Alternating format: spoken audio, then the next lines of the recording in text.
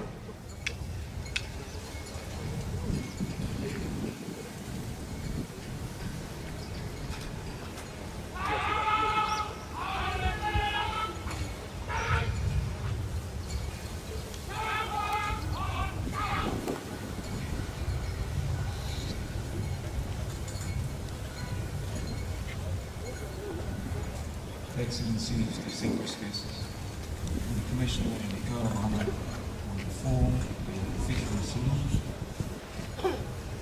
in honour of the 60 years of the Treaty of Friendship.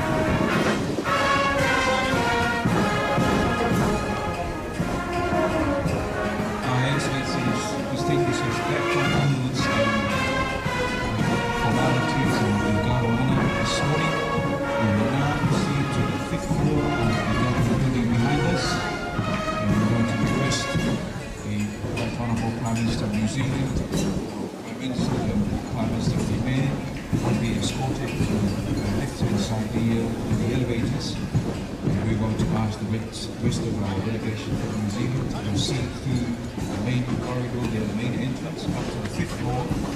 And Cabinet to please proceed to the Cabinet Chamber this morning. Thank you very much, everyone.